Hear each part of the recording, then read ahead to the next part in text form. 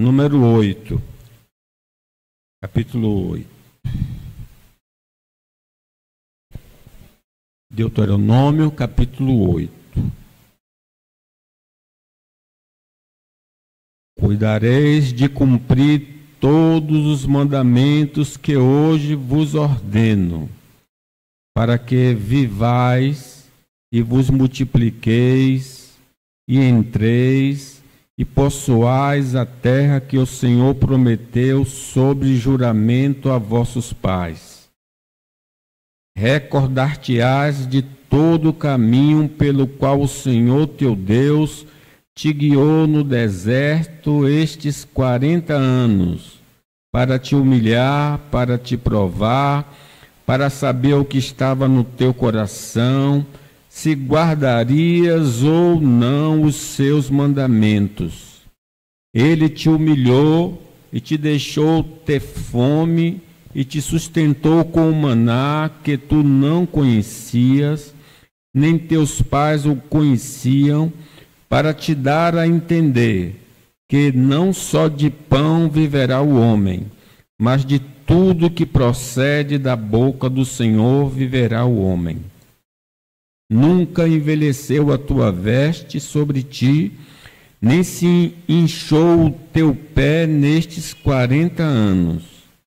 Sabe, pois, no teu coração, que como um homem disciplina seu filho, assim te disciplina o Senhor teu Deus.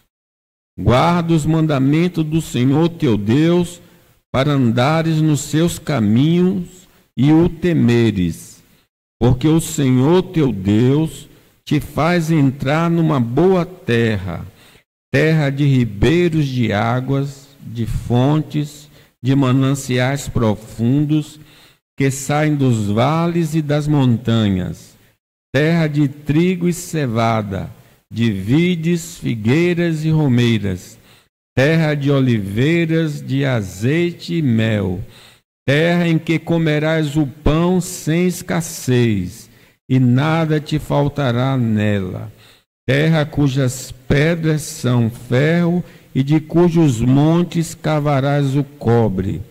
Comerás e te fartarás, e louvarás o Senhor teu Deus pela boa terra que te deu.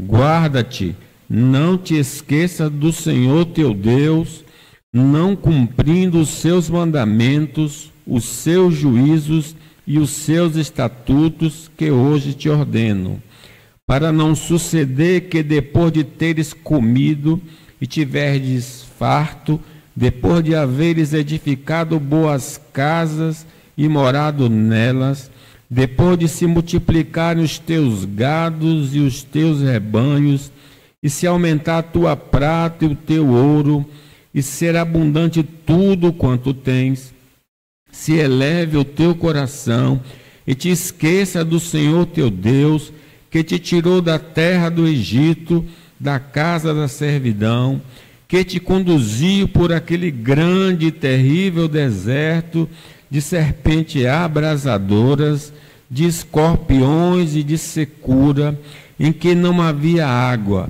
e te fez sair água da perdeneira, que no deserto te sustentou com maná que teus pais não conheciam, para te humilhar e para te provar, e afinal te fazer bem.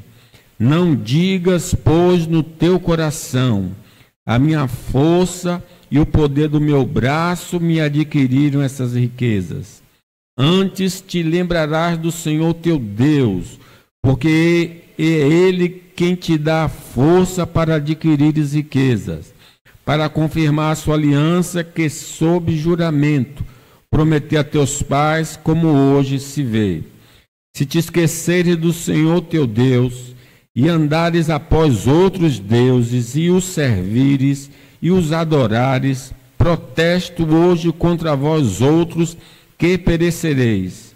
Como as nações que o Senhor destruiu diante de vós, assim perecereis, porquanto não quisestes obedecer à voz do Senhor vosso Deus. Amém. Meus irmãos, nós vivemos numa sociedade onde as pessoas estão em busca dos seus direitos. É assim, principalmente no Brasil. As pessoas se interessam somente pelos seus direitos, mas se esquecem ou nem sabem dos seus deveres, das suas obrigações. Na entrada da Terra Prometida, já tinham conquistado uma parte antes de atravessar o rio Jordão. Moisés, ali no monte, passou a lembrar ao povo, repetir, na verdade, ao povo, é isso que significa Deuteronômio, a repetição.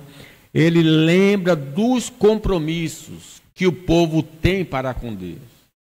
Ele, ao mesmo tempo, na narrativa, fala das benesses, dos benefícios, mas fala também dos compromissos. Fala dos privilégios, mas fala também das responsabilidades. Então, eu gostaria de falar sobre esse tema, o compromisso do cristão com Deus. Ali a igreja estava representada em Israel. Eles criam no Messias que havia de vir. Então, o compromisso do cristão com Deus. Em primeiro lugar, o cristão deve praticar incansavelmente as ordenanças do Senhor.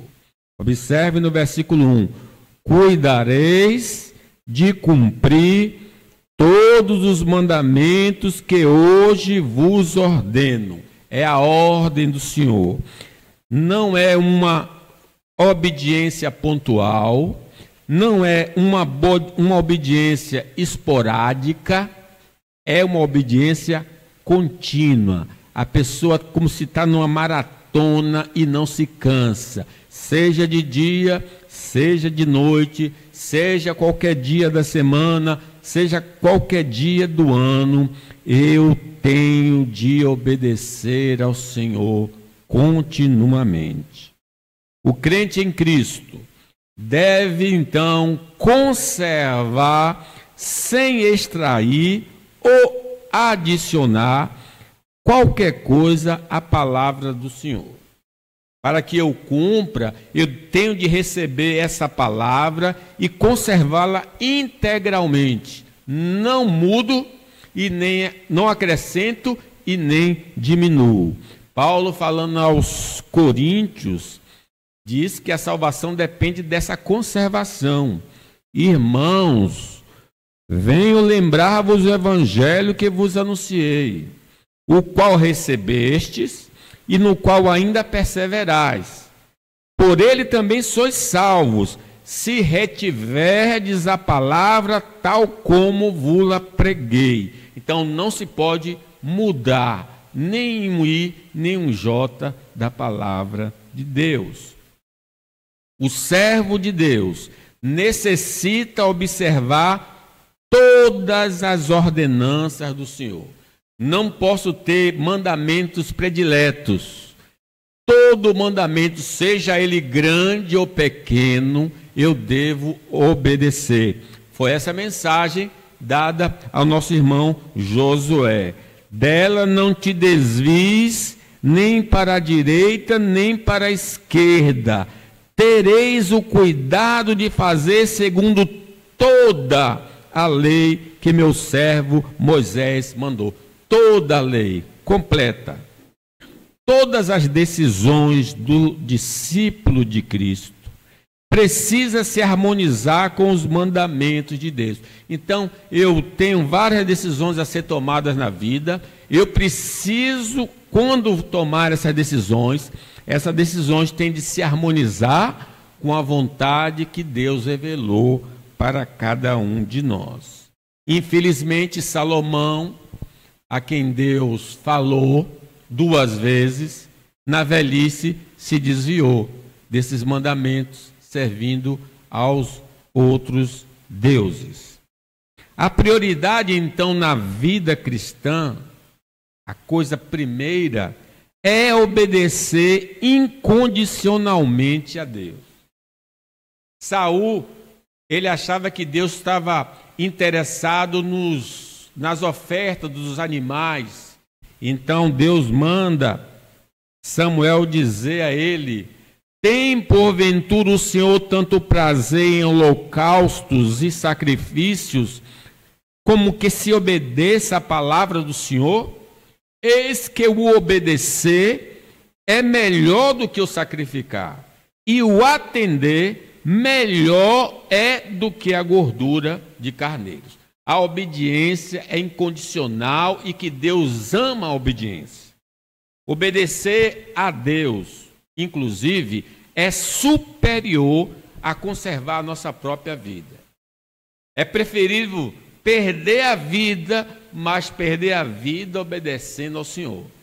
Foi isso que Sadraque, Mesaque e Abednego fizeram. Não sabemos, né? Eles dizem: não, rei, se Deus quiser, nos livrará da sua mão.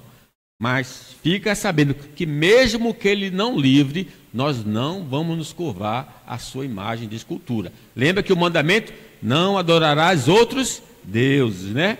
Porque Jesus falando: porque aquele que quiser salvar a sua vida, para não obedecer, perdê-la. E quem perder a sua vida, por amor de mim, achá-la. O acesso, então, ao novo céu e nova terra se confirma quando eu obedeço a Deus. Como é que eu sei que eu vou entrar no novo céu e na nova terra? Porque eu estou obedecendo integralmente ao Senhor. Diz o Senhor Jesus no Sermão da Montanha: nem todo o que diz Senhor, Senhor, entrará no reino dos céus. Então quem vai entrar? Mas aquele que faz a vontade do meu Pai.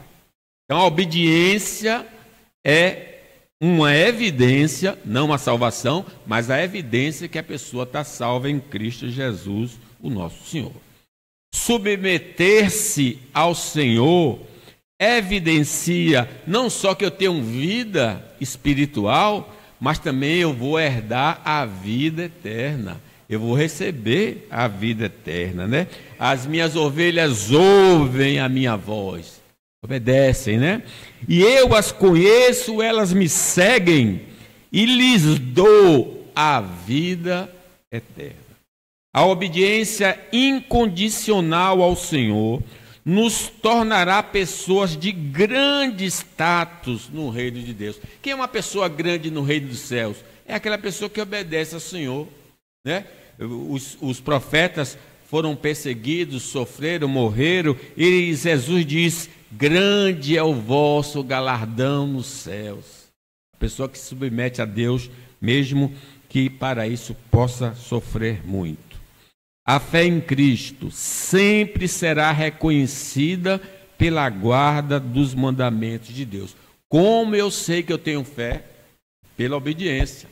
Porque Deus, quando chamou Abraão: sai da tua terra e da tua parentela, vai para a terra que eu te mostrarei. Abraão saiu sem saber para onde ia. Obediência. A fé de Abraão se evidenciou por ele se dispor a ir ao lugar que Deus havia ordenado.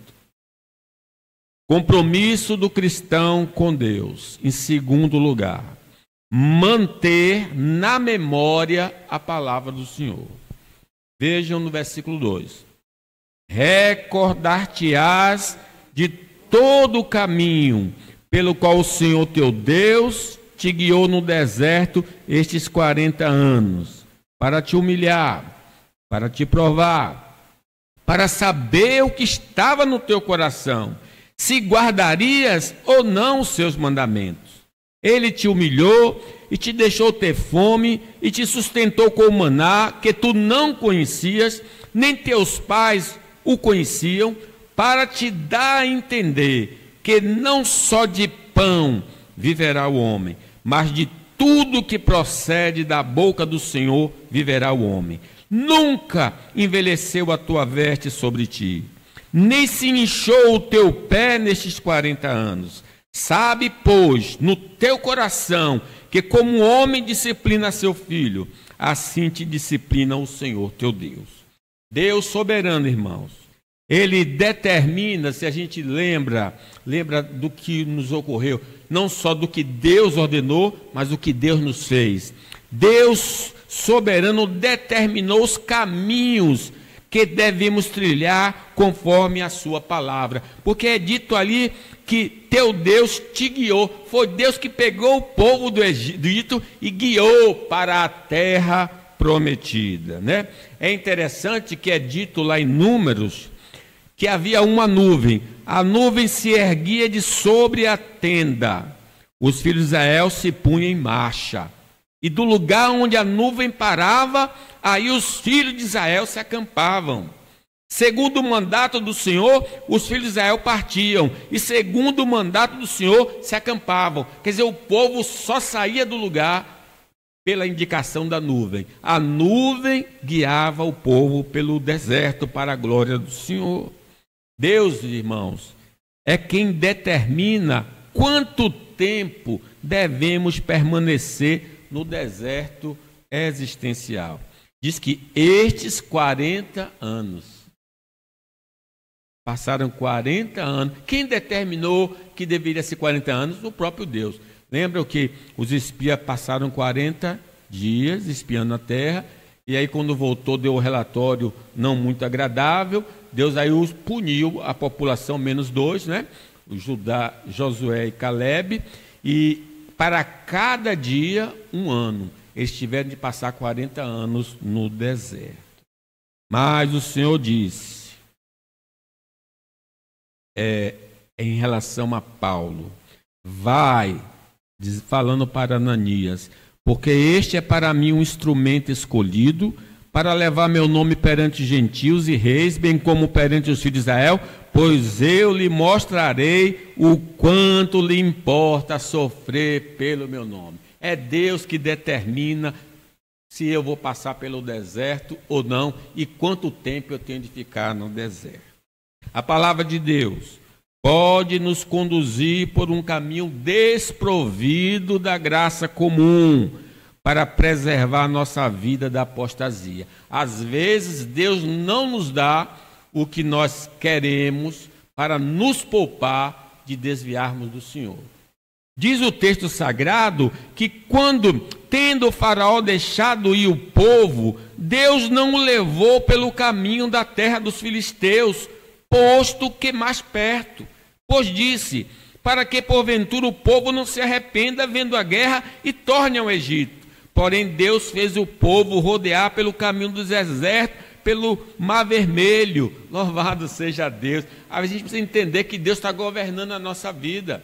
Às vezes Ele não nos dá aquilo porque sabe que vai ser um caos para a nossa existência. A escassez experimentada em momentos pontuais na vida são provações para nos revelar a qualidade da fé que temos na palavra do Senhor. Diz que Deus levou para o deserto para os provar, para ver o que estava no coração. Lembra do Abraão? Deus fez a promessa de 100 anos do filho. O filho agora já tinha 13 anos, mais ou menos. Aí Deus, mate seu filho, ofereça em sacrifício para mim.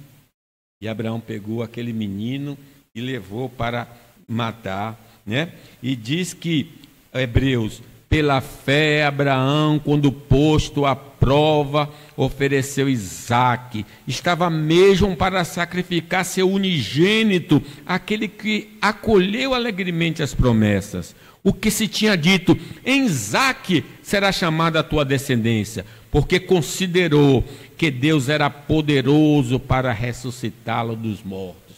Deus nos coloca em prova e eu preciso crer no Deus vivo e verdadeiro. As dificuldades são testes que vão revelar se somos de fato fiéis ao Senhor, para saber o que estava no teu coração, se guardarias ou não os seus mandamentos. Assim como o ouro é colocado no fogo, assim a nossa fé é colocada nas provações, para ver que tipo de fé, de fato, nós possuímos. A ausência de coisas desejáveis na vida tem como objetivo mostrar sua insignificância para a nossa existência. Diz que Deus deixou eles ter fome. Que fome é essa? tiveram maná até quando eles entraram na terra prometida. Eles sempre tiveram comida, mas eles não tiveram pepino, melão, peixe, tudo aquilo que eles desejavam comer no Egito como uma necessidade básica. Deus disse: você não vai precisar disso durante 40 anos. Eu vou lhe dar o pão dos anjos, o pão do céu. Não sabemos quais elementos que tinham nesse pão, mas esse pão foi suficiente para manter toda aquela geração viva. Morreu aquela geração pecaminosa e outra continuaram com o alimento do Senhor. Deus quer mostrar o seguinte, que nem só de pão viverá o homem, mas de toda palavra que sai da boca do Senhor. Paulo diz assim: digo isso não por causa da pobreza, porque aprendi a viver contente em toda e qualquer situação. Tanto sei estar humilhado, como também ser honrado. De tudo e em todas as circunstâncias já tenho experiência, tanto de fartura como de fome, assim de abundância como de escassez. Tudo posso naquele que me fortalece. A providência divina, irmãos, é melhor do que qualquer solução elaborada pela mente humana. Os homens podem ter planos, mas Deus tem um plano melhor. Ele diz: e te sustentou com o maná que tu não conhecias, nem teus pais o conheciam. Por isso não vos inquieteis dizendo: que comeremos, que beberemos, com que nos vestiremos? Porque os gentios é que procuram todas essas coisas, pois vosso Pai Celeste sabe que necessitar de todas elas. Buscai em primeiro lugar o reino de Deus e a sua justiça, e todas essas coisas vos serão acrescentadas. Nenhuma sugestão de homens ou anjos pode se igualar à santa palavra de Deus, para te dar a entender que não só de pão viverá o homem, mas de tudo que procede da boca do Senhor viverá o homem. A palavra de Deus nos garante manutenção até quanto sirva para a glória do Senhor. Sim, Ele que dá a vida também dá o pão para a manutenção da vida. Diz que nunca envelheceu a tua veste. Lá no deserto não tinha shopping, não tinha material para roupa. E como é que essa roupa não envelheceu?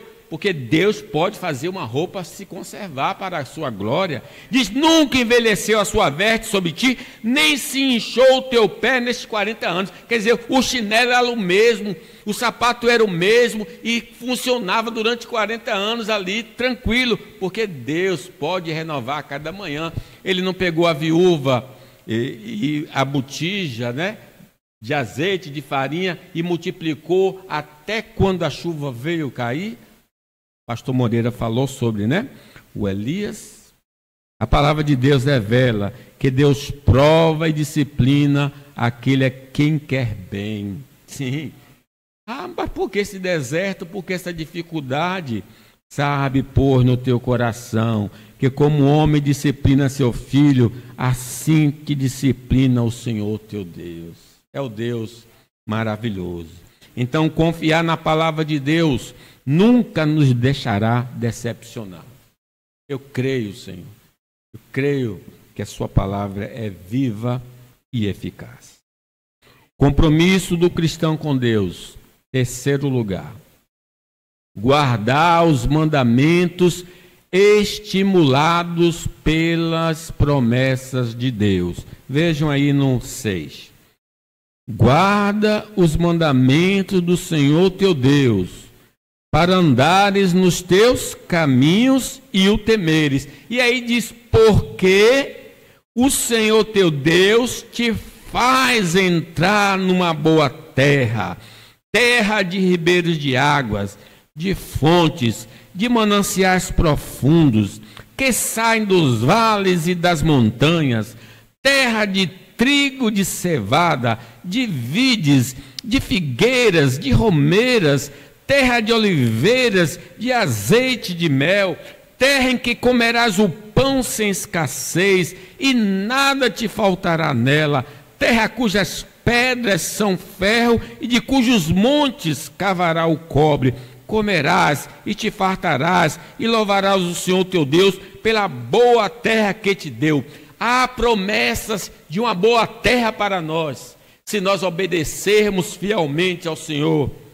A promessa do Senhor, por exemplo, do novo céu e uma nova terra para os tementes a Deus, deveria nos estimular a andar no caminho do Senhor, conforme é revelado na Sagrada Escritura.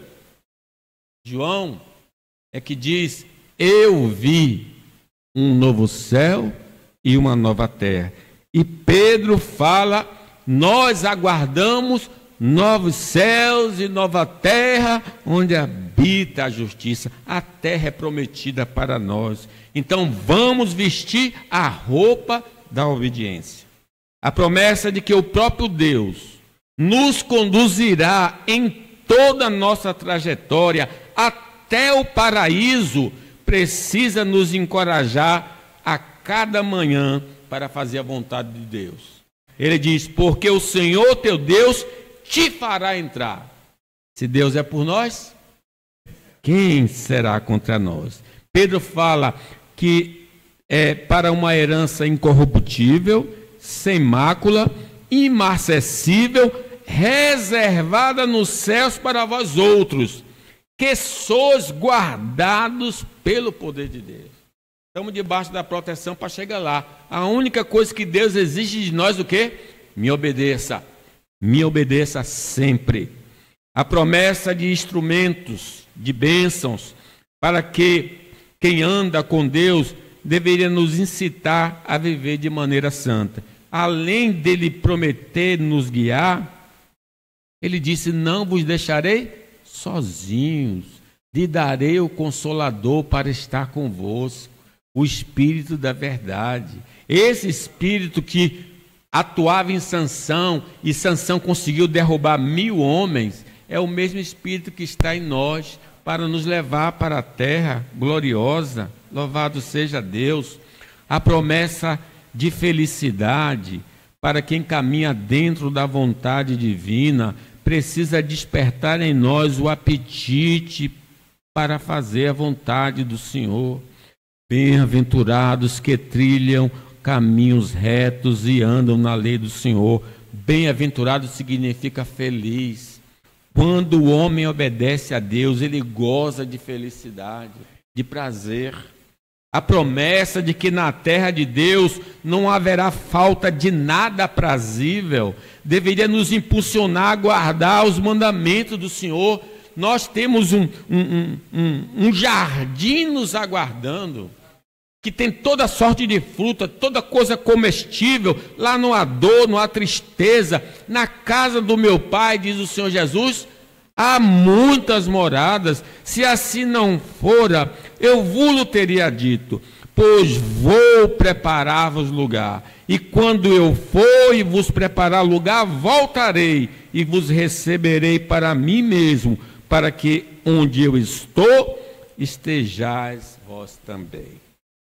A promessa de satisfação, de alegria no presente e satisfação na eternidade deveria nos levar a temer a Deus em todo o nosso caminho. Porque está escrito: tu me farás ver os caminhos da vida.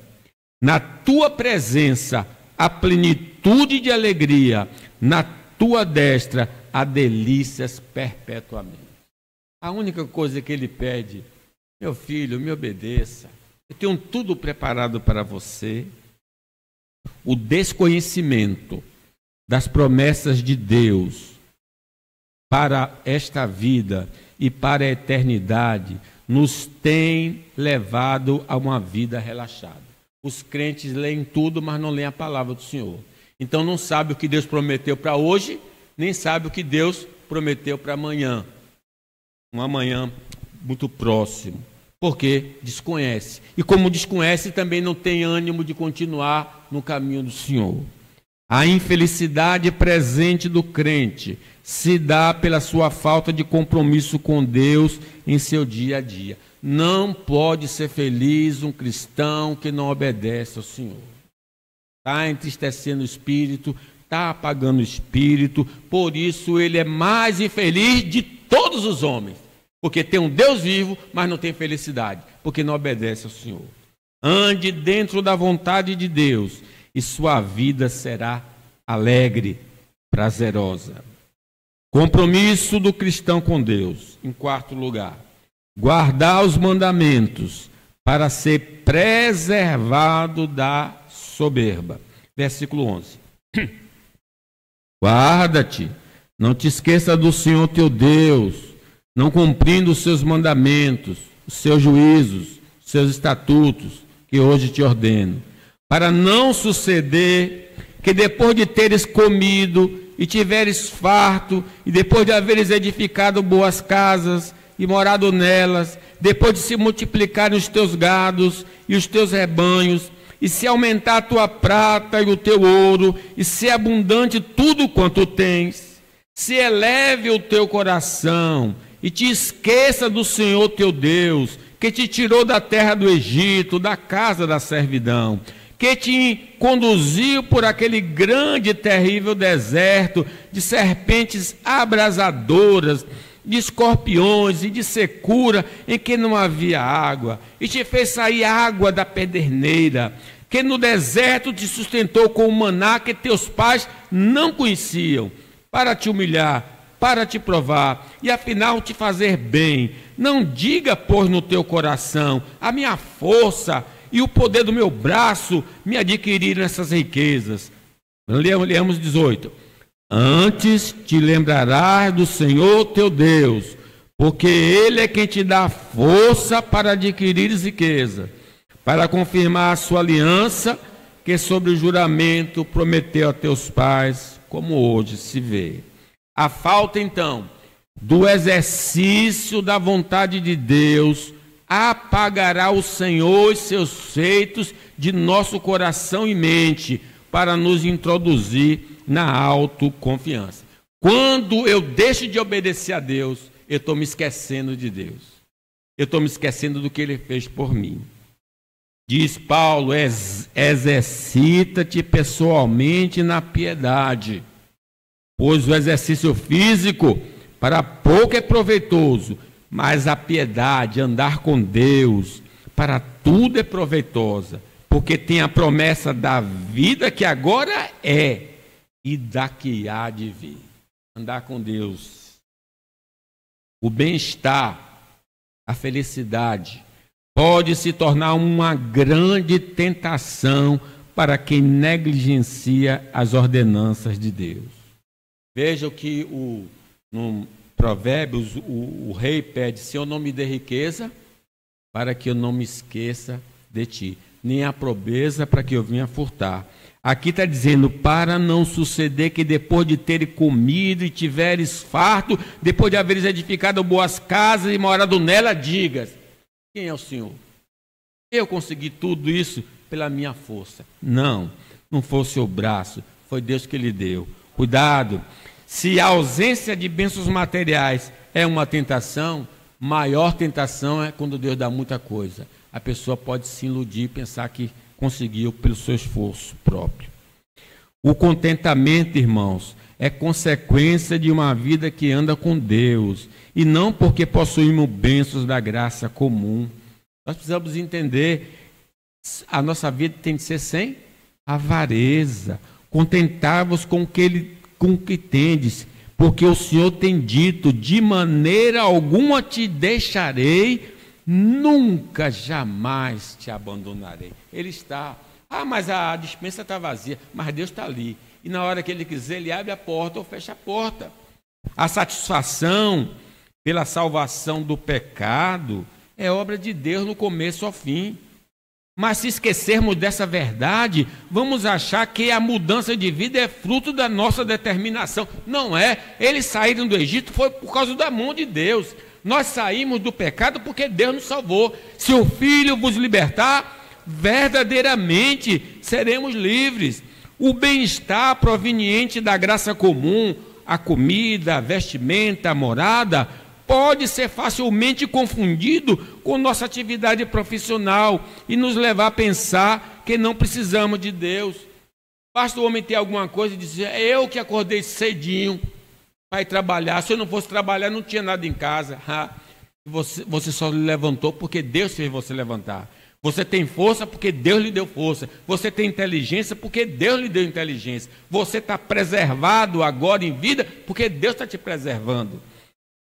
Todos esperam em ti que eles dê de comer a seu tempo. Se lhes dá, eles o recolhem. Se abre as mãos, eles se fartam de bens. Se oculta o rosto, eles se perturbam e lhe corta a respiração, morrem e voltam ao pó. A conservação da nossa vida física e espiritual provém da proteção de Deus que nos livrou dos perigos e não de nossas habilidades. A gente pode dizer até aqui, nos ajudou o Senhor. Não fosse o Senhor que estivesse ao nosso lado, Israel que eu diga, se não fosse o Senhor que estivesse ao nosso lado quando os homens se levantaram contra nós, já nos teria engolidos. Mas não pode fazer isso, porque Deus está do nosso lado. As carências pelas quais passamos foi plano divino para levar a nossa dependência, para revelar a nossa dependência dele, que no deserto te sustentou com o maná que teus pais não conheciam, para te humilhar e para te provar e afinal te fazer bem. E a dificuldade é para Deus dizer assim, olha, você precisa de mim. E Jesus foi levado pelo Espírito ao deserto e o diabo disse, transforma essas pedras em pães. Mas Jesus então pegou essa passagem e disse, nem só de pão viverá o homem. A soberba começa no coração quando o herói da nossa novela mental somos nós. A soberba começa aqui dentro. Ele diz, não diga, pois no teu coração, lá dentro, na mente, minha força e o poder do meu braço me adquiriram todas essas coisas. Não foi. Foi Deus que lhe deu. Toda boa dádiva, todo dom perfeito vem lá do alto, do Pai das luzes. Se andarmos com Deus, a soberba não terá espaço em nossa vida, mas se atribuirmos qualquer graça de Deus às nossas habilidades, cairemos em grande tentação ou grande pecado. Antes te lembrará do Senhor teu Deus, porque é Ele que te dá força para adquirir as riquezas, para confirmar a tua aliança sobre juramento que prometeu a teus pais, como hoje se vê. Por último, irmãos, compromisso do cristão com Deus. Quinto, guardar os mandamentos para não ser disciplinado pelo Senhor. Leamos o 19 e o 20.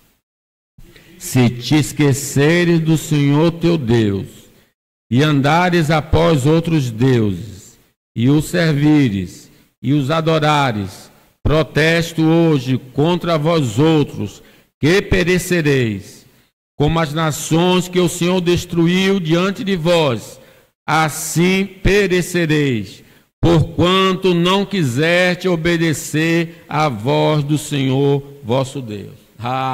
Tem castigo, tem punição para quem não anda no caminho do Senhor. Deus se voltará contra nós se negligenciarmos nosso compromisso com Ele. Ele vai, diz a palavra em Reis, quando Salomão consagrou a casa de oração, Deus falando para ele, e dessa casa, agora tão exaltada, todo aquele que por ela passar, pasmará e assobiará e dirá, por que procedeu o Senhor assim para com esta terra, e essa casa? Responder-se-á, porque deixaram o Senhor seu Deus, que tirou da terra do Egito os seus pais, e se apegaram a outros deuses. Aí veio Nabucodonosor e destruiu tudo, porque eles abandonaram o Senhor. Deus promete abençoar, mas também punir. Deus nos advertirá, pela sua palavra e pelo seu Espírito, do nosso desrespeito para com Ele, antes de estender a sua mão pesada contra nós. Ele vem pelos profetas, ele vem pela palavra do Senhor e diz: olha, conserte a sua vida. Arrependei-vos, cada um de vós, para que sejam cancelados os vossos pecados, e chegue assim o refrigério da vossa alma pela presença do Senhor. Antes dele pesar a mão, ele convida ao arrependimento. Viver contrário aos mandamentos do Senhor se expressará através do estilo de vida. A gente se esquece de Deus fazendo tudo aquilo que Deus proíbe, abandonando tudo aquilo que Deus ordena.